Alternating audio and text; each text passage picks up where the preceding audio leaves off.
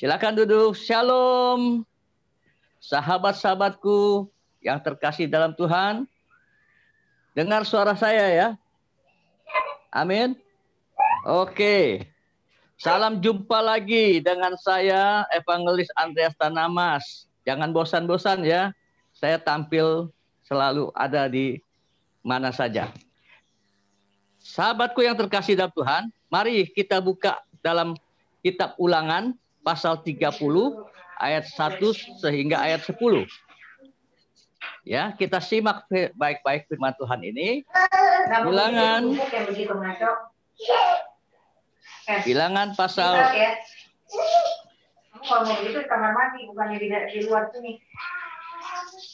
Angel, tolong dimatiin, Angel. Tolong di-mute, Angel. Bilangan pasal 30 ayat 1 sehingga ayat 10.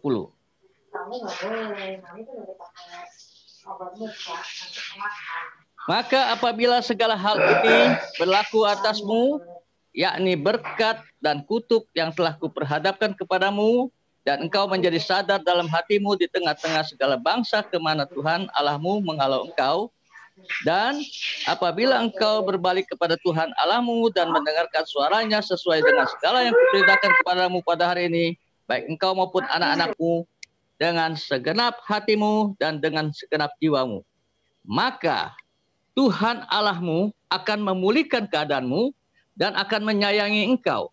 Ia akan mengumpulkan engkau kembali dari segala bangsa kemana Tuhan Allahmu telah menyerahkan engkau. Sekalipun engkau, orang yang terhalau daripadamu, ada di ujung langit, dari sana pun Tuhan Allahmu akan mengumpulkan engkau kembali, dan dari sana pun Ia akan mengambil engkau. Tuhan Allahmu akan membawa engkau masuk ke negeri yang sudah dimiliki nenek moyangmu, dan engkau pun akan memilikinya pula. Ia akan berbuat baik kepadamu dan membuat engkau banyak melebihi nenek moyangmu. Dan Tuhan Allahmu akan menyunat hatimu dan hati keturunanmu, sehingga engkau mengasihi Tuhan Allahmu dengan segenap hati dan segenap jiwamu, supaya engkau hidup. Tuhan Allahmu akan menjatuhkan segala sumpah serapah itu kepada musuhmu dan pembencimu yang telah mengejar engkau.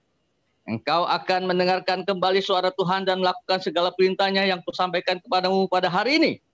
Tuhan Allahmu akan melimpahi engkau dengan kebaikan dalam segala pekerjaanmu, dalam buah kandunganmu, dalam hasil ternakmu, dan dalam hasil bumimu.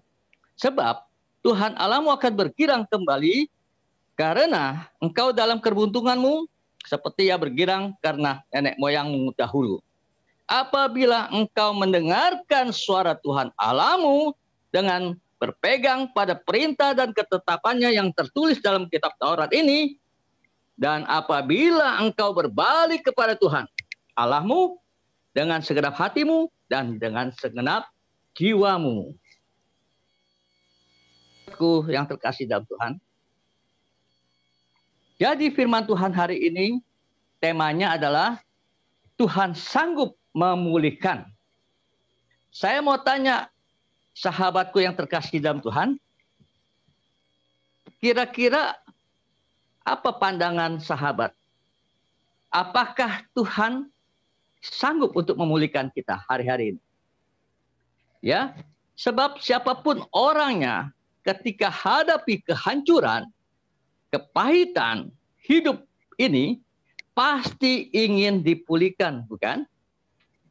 Maka itu, bagaimana keadaan Anda saat ini? Sudahkah berapa lama kita mengalami keterpurukan? Ya, mungkin terjadi kegagalan demi kegagalan. Ya, apa yang kita kerjakan selalu berantakan. Dan gagal maning. Ya. Jadi akhirnya kadang-kadang kita apatis dengan diri kita sendiri. Tapi ingat, baik-baik pada pagi hari ini, suara Tuhan berbicara bahwa Tuhan sanggup memulihkan sahabat-sahabatku dan kita semua, orang yang percaya. Nah, saya mau mengajak untuk kita belajar firman Tuhan, bahwa di dalam kitab Ulangan ini ada dua pesan. Yang pertama pesannya adalah berbalik kepada Tuhan. Ya, apa maksud berbalik kepada Tuhan? Sebentar kita akan jabarkan. Dan yang kedua, mendengar suara Tuhan. Dan mendengar suara Tuhan juga kita harus respon. Bertindak. Bukan hanya mendengar, masuk kuping kiri, keluar kuping kanan. Itu akan sia-sia. Maka itu sahabatku yang terkasih dalam Tuhan, hari ini firman ingin berbicara kepada kita semua. Bahwa dikatakan manusia pun tidak luput dari kesalahan, bukan? Tidak luput dari kelemahan. Dan mungkin saat ini kita sudah alami. Terjadi sesuatu kekeliruan yang kita lakukan. Nah, sahabatku yang terkasih dalam Tuhan, maka itu dikatakan ada pepatah berkata, sepandai-pandainya tupai melompat, pasti akan jatuh. Betul nggak? Maka itu betapa perlunya kita bimbingan Tuhan. Maka itu sahabatku yang terkasih dalam Tuhan, yuk kita meresponkan apa yang dikatakan firman Tuhan hari ini. Bahwa firman Tuhan hari ini berkata, berbalik kepada Tuhan. Jadi arti berbalik ini adalah sesuatu pertobatan yang bukan asal-asalan saja. Banyak orang yang dikatakan, ya aku mau bertobat Tuhan. Hari ini aku berjanji Tuhan, aku mau bertobat. Tapi kenyataannya apa? Belum tentu bisa, bukan? Banyak pergumulan-pergumulan yang harus kita lalui. Dan tidak sedikit godaan tantangan yang ada. Karena apa? Karena kita tidak mau berbalik sungguh-sungguh. Maka itu hari ini, arti dari berbalik ini dikatakan dalam bahasa Yunani adalah metanoia. Metanoia, dia punya tindakan begini, sahabatku, bahwa ketika kita ada di dalam kegelapan, kita harus berbalik ke dalam jalan yang terang. Banyak orang dikatakan pada saat dia bertobat, di dalam kondisi posisi yang salah, dan dia sadar dan dia janji bertobat, tapi kenyataannya apa? Dia bukan berbalik, tapi masih diam di tempat. Nah, itu akan menjadi sia-sia. Saya mau bertanya, sahabatku yang terkasih, ya, sejauh mana sekarang kita menderita? Sejauh mana sekarang sahabatku yang berada di Jemaat Petrus ini, ya, apa yang kita dapat pada saat kita melakukan kekeliruan? Memang kadangkala kita terjebak oleh suasana. Kadangkala kita merasakan sesuatu karena kurang pengetahuan. Karena kadangkala karena kita punya keinginan daging yang diutamakan. Maka itu tidak heran dikatakan akhirnya kita terjerumus dan akhirnya kita masuk di dalam lembah kekelaman. Sahabatku, tidak ada kata terlambat. Ya, percaya, tidak ada kata terlambat. Banyak orang yang berkali-kali jatuh, tapi bangun lagi. Di dalam Pemasmur juga katakan, 7 kali jatuh dan bangkit lagi 7 kali. Tapi jangan terus-terusan. Ya, kalau bisa sih cukup 1 kali, jangan berkali-kali, sahabat. Betul nggak? Kenapa? Rugi, hilang waktu. Coba kita renungkan apa yang terjadi, apa yang kita lakukan. Maka itu kita tahu bahwa kemungkinan besar karena tidak mengerti. Maka mari hari ini, untuk berbalik ini kita perlu apa yang kita sikapi. Ada 3 hal dalam berbalik ini untuk kita sikapi supaya kita bisa dalam pergumulan ini kita bisa menang. Pertama-tama, mengerti dahulu apa yang kita perbuat hasilnya apa. Coba renungkan. Hasilnya apa? Ketika kita berbuat sehingga kita alamin sekarang ini penderitaan. Ya. Kelihatannya bakal untung besar. Kelihatannya kena emosi. Kelihatan kena apa? Kelalaian. Tapi apa yang terjadi, sahabatku? Ujung-ujungnya kita menderita, bukan? Pasti keluarga kita kecewa. Orang tua kita, kalau yang masih ada orang tua, pasti dia sedih dan menangis. Apalagi yang punya istri dan anak. Bagaimana istri dan anak, saudara, sahabat-sahabat? Apa yang terjadi mereka? Betapa sedihnya kalau kita tahu keadaan sekarang mereka ini. Nah, apakah sepadan dengan perbuatan kita? Apa sepadan keuntungan yang kita dapat? Tapi kita mencemarkan. Kita membuat mereka menderita. Kita membuat orang tua kita malu. Sepadan nggak kira-kira? Maka itu kita harus ada pengertian. Pengertian dahulu. Oh, ternyata aku sia-sia hidupku. Nah, baru kedua, ada tindakan. Kedua, tindakannya apa? Menyesali perbuatan yang kita sudah lakukan. Jadi menyesali perbuatan yang kita sudah lakukan.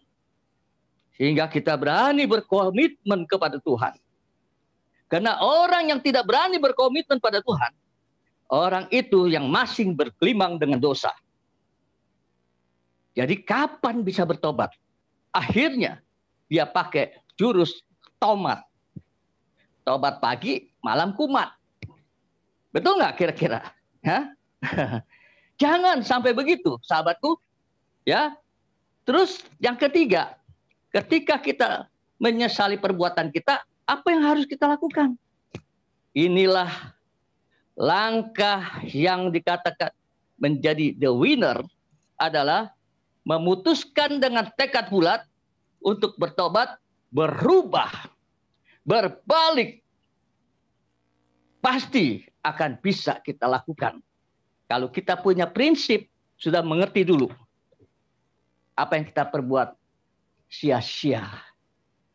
Sahabatku, saya mau tanya, apakah sahabatku senang kalau orang tua merasa tercemar namanya? Apakah sahabatku senang istri dan anak menderita? Saya percaya tidak akan. Sahabatku, saya juga sama. Pernah saya lalai, percaya dengan teman. Akhirnya saya harus masuk di dalam sekolah kehidupan. Tuntutan saya 13 tahun, sahabatku. Sehingga saya harus jalankan 9 tahun.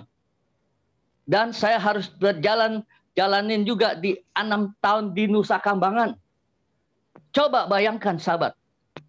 Yang tidak terpikirkan oleh saya.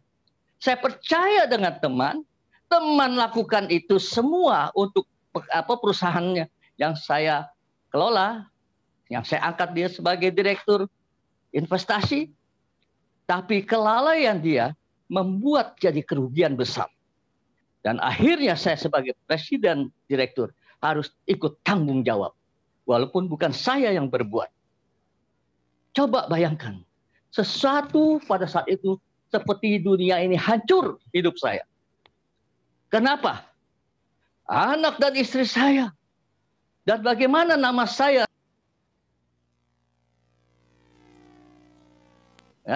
menjalankan pelayanan pekerjaan Tuhan. Sia-sia sepertinya. Tapi semuanya itu ada maksud Tuhan. Sahabatku yang terkasih, ada caranya supaya kita jadi pemenang. Maka itu dikatakan untuk berbalik tadi ada 3 hal, tapi ada caranya juga.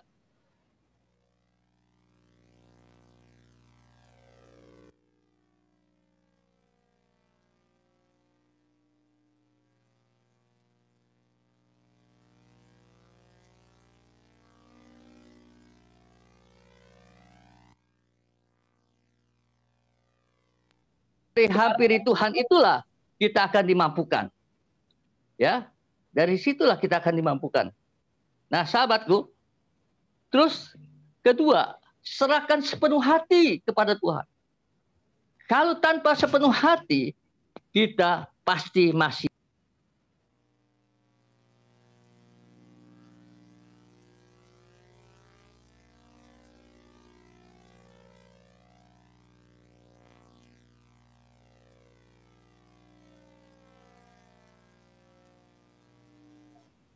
Suara Om, suara.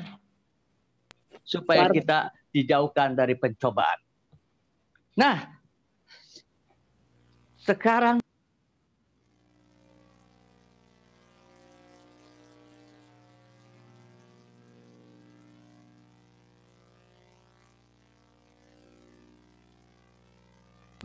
saya ingin sahabat, tadi kita berbalik, sekarang yang kedua adalah langkahnya mendengar suara Tuhan. Nah, sahabatku yang terkasih, cara yang pertama, tadi kan dikatakan kita harus datang kepada Tuhan. Tapi mendengar suara Tuhan itu bukan harus audible. Pada masa sekarang sulit untuk mendengar audible. Tapi tidak tutup kemungkinan ada yang bisa. Tapi sesuatu hal yang umumnya adalah suara Tuhan itu melalui hamba-hamba Tuhan yang menyampaikan firman Tuhan. Seperti sekarang Anda berada. Nah, juga dikatakan yang kedua adalah kalau kita mau mendengar suara Tuhan, baca firman Tuhan. Renungkan firman Tuhan siang dan malam. Percaya deh, suara Tuhan itu akan masuk dalam relungan hati kita. Terus juga harus tahu suara Tuhan itu terjadi dengan apa? Melalui bencana, melalui masalah, melalui persoalan kita. Itu pun suara Tuhan ada di situ. Ya, selanjutnya mungkin ada yang sakit penyakit yang belum disembuhkan Tuhan. Ada maksud Tuhan, ada suara Tuhan yang kita sebenarnya harus mendengar, tapi kita abaikan. Nah, maka itu sahabatku yang terkasih. Juga ada dikatakan suara Tuhan itu melalui bencana kebangkrutan pun bisa. Bahwa itu suara Tuhan mengingatkan kita. Tapi semuanya itu maksudnya, sahabatku, apa yang terjadi? Seandainya sekarang kita sedang diproses, kita sedang mengalami sesuatu penderitaan.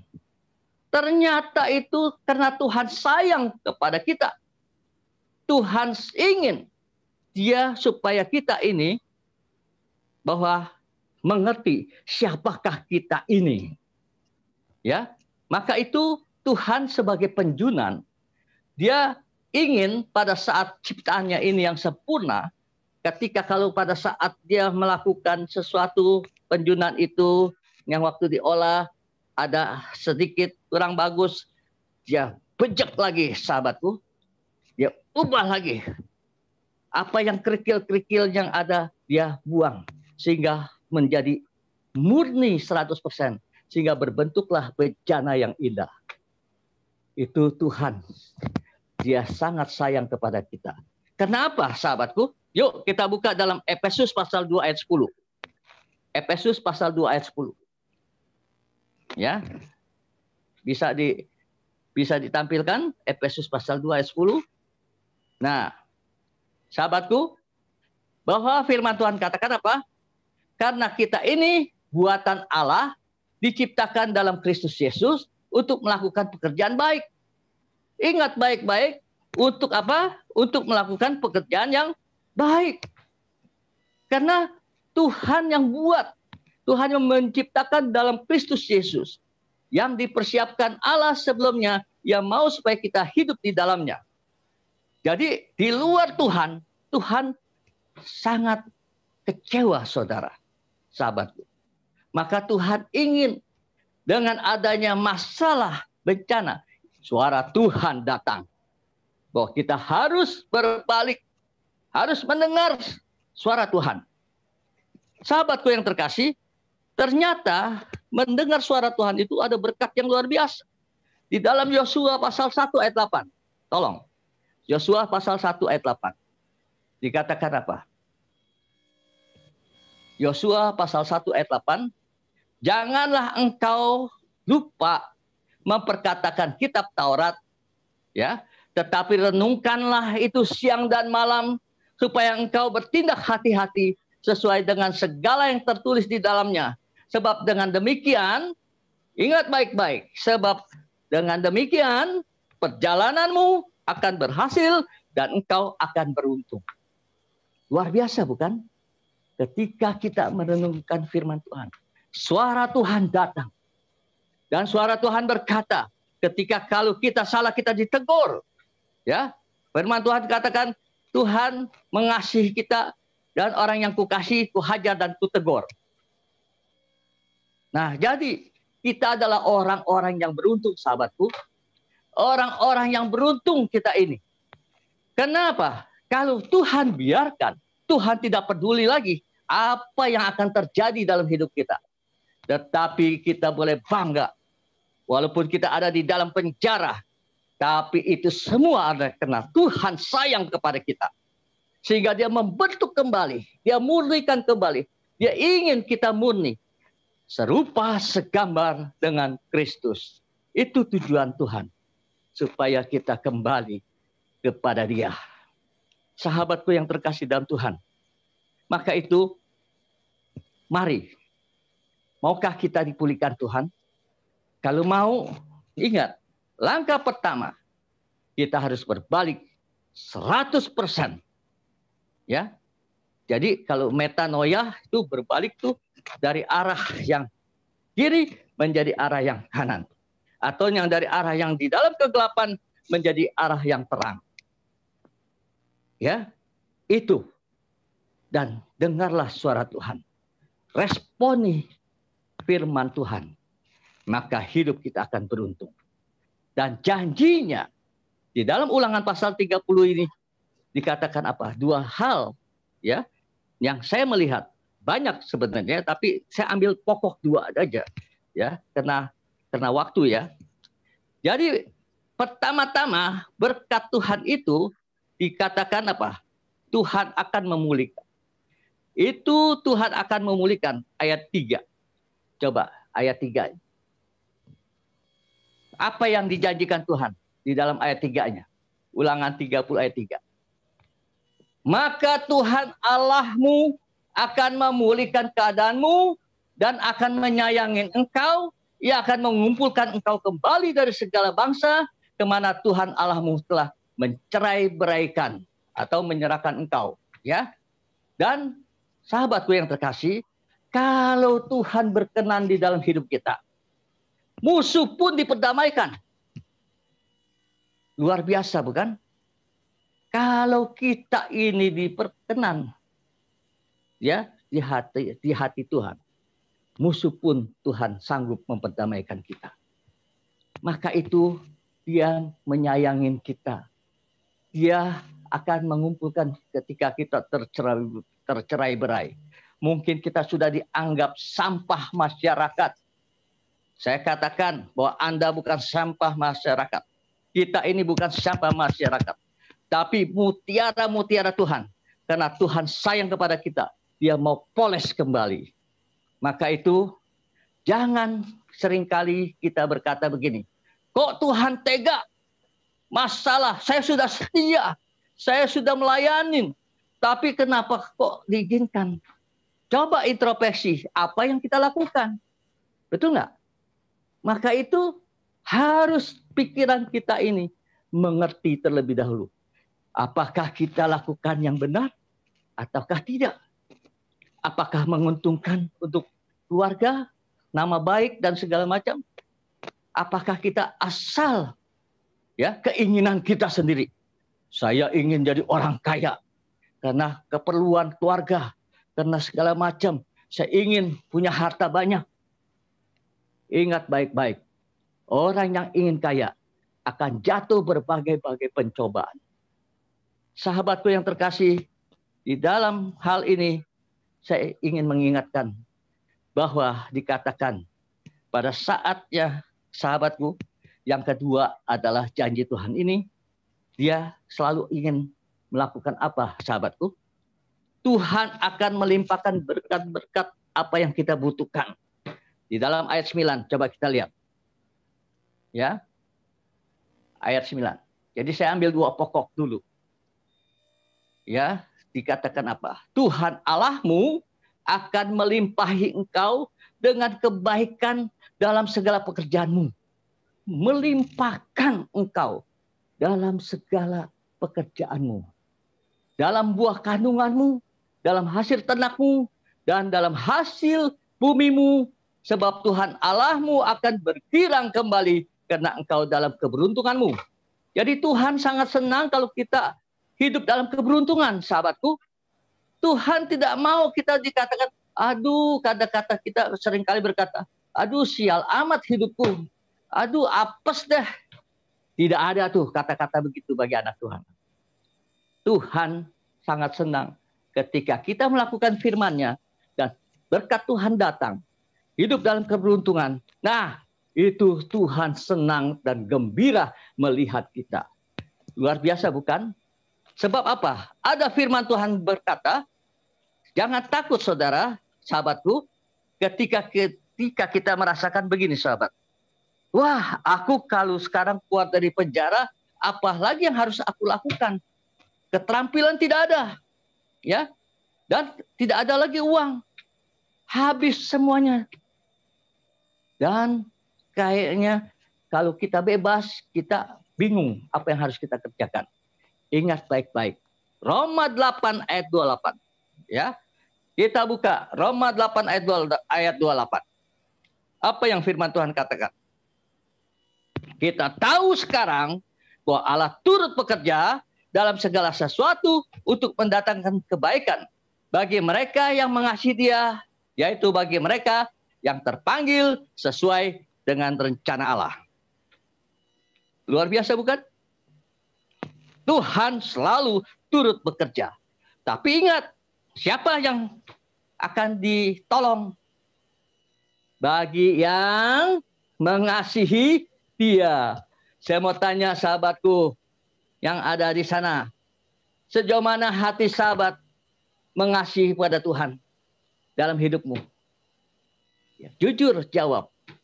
Kalau Anda betul-betul mengasihi Tuhan dengan segenap hati, segenap jiwa, segenap kekuatan, segenap akal budimu, percaya hidupmu akan beruntung. Hidupmu akan berkelimpahan. Karena Tuhan yang campur tangan. Kalau kita belum mengasihi Tuhan, ya sorry ya. Kalau dikatakan Tuhan belum turunkan berkat buat kita. Atau Tuhan belum turunkan solusi buat kita. Maka itu kita harus jadi pelaku firman yang baik. Sahabatku yang terkasih dalam Tuhan, hari ini saya ingin mengingatkan kepada sahabatku. Maukah kita dipulihkan Tuhan hari ini? Coba, kalau yang mau angkat tangan. Saya ingin lihat iman saudara. Oh, luar biasa. Saya percaya yang angkat tangan ini, Tuhan akan turun tangan. Tuhan akan pulihkan. Seperti yang mustahil pada saat ini. Tuhan akan berikan apa yang tidak terpikirkan oleh kita. Apa yang tidak pernah kita lihat. Apa yang kita tidak ada pernah keluar dari dalam hati. Tuhan akan sediakan semuanya itu. Ya, di dalam 1 Korintus pasal 2 ayat 9. Sahabatku, percaya bahwa Tuhan sanggup memulihkan ketika kita sungguh-sungguh mengangkat tangan. Maka itu firman Tuhan, saya tidak panjang lebar, saya ingin mengingatkan kembali intinya firman Tuhan hari ini bahwa dikatakan apa? Berbalik, bertobat sungguh-sungguh. Ya, berbalik, bertobat sungguh-sungguh. Kedua, selalu mendengar suara Tuhan dan respon. Melangkah, bertindak dengan iman. Ya. Terus yang ketiga, merenungkan firman Tuhan siang dan malam. Percaya dah, hidup kita akan beruntung. Keempat, kita andalkan Tuhan jangan kekuatan kita.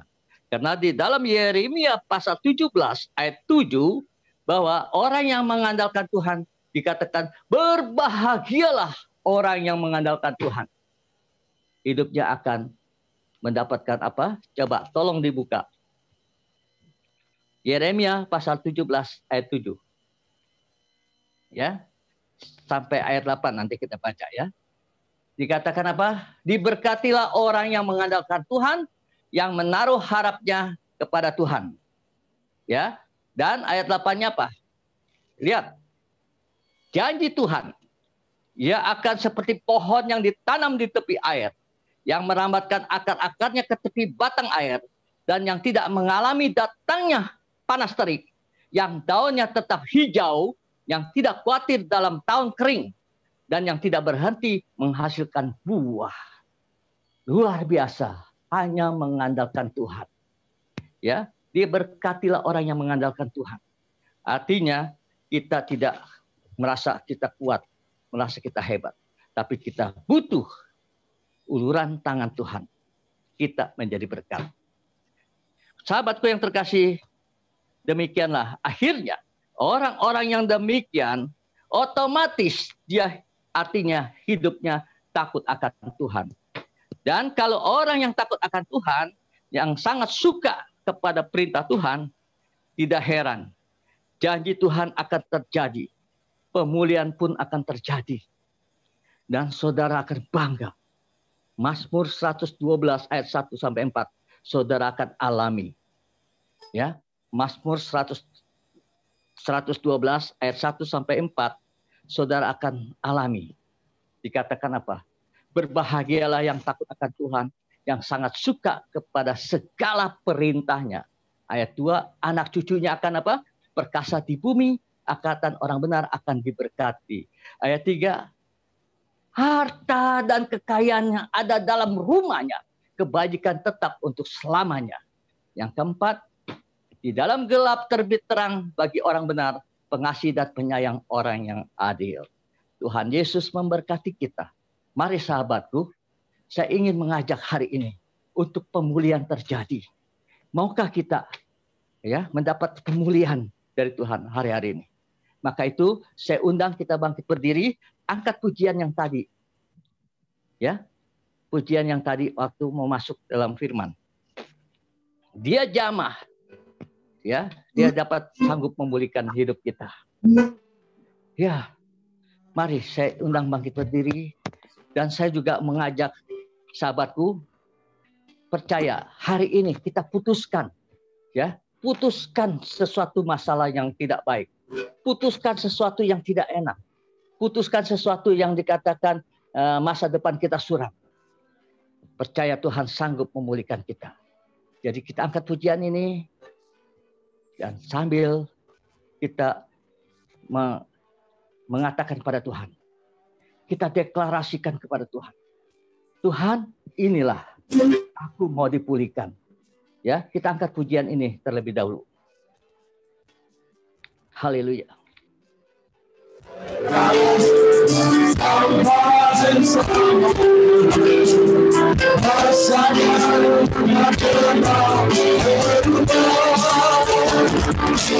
Dia sanggup, Yesus sanggup melakukan perkara yang besar.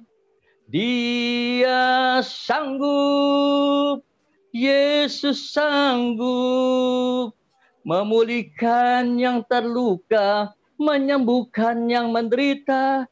Dia sanggup memulihkan hidupku. Angkat pujian lagi yang sungguh-sungguh dan mulai fokus kepada Tuhan. Kita deklarasikan hari ini untuk kita putuskan ya kesialan kita, putuskan kita punya yang tidak baik, putuskan sesuatu yang berbeban berat, putuskan yang dikatakan masa depan suram. Percaya kita sudah disediakan Tuhan hidup yang berkelimpahan. Bukan hanya semata-mata karena harus uang berkelimpahan itu. tapi kelimpahan kita di dalam kerohanian, di dalam kesehatan, bahkan juga tidak kekurangan. Maka itu kalau kita mau dipulihkan, putuskan sekali lagi angkat tangan sambil angkat pujian ini, tapi bukan dengan paksaan, tapi dengan keinginan hati. Kita nyanyikan Jika saudara angkat pujian itu, percaya, angkat tangan. dengan setengah suara kita nyanyikan pujian ini. Yesus. Haleluya.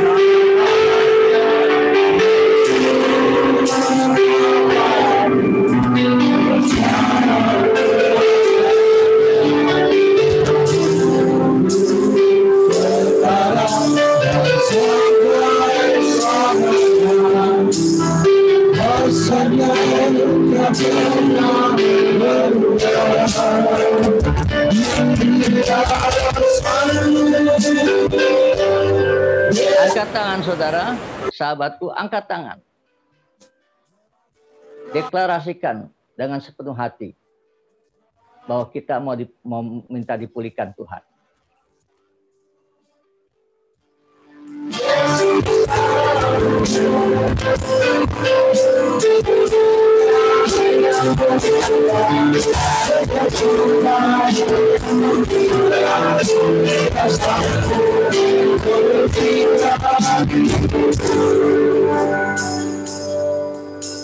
Ia sanggup memulihkan hidupku.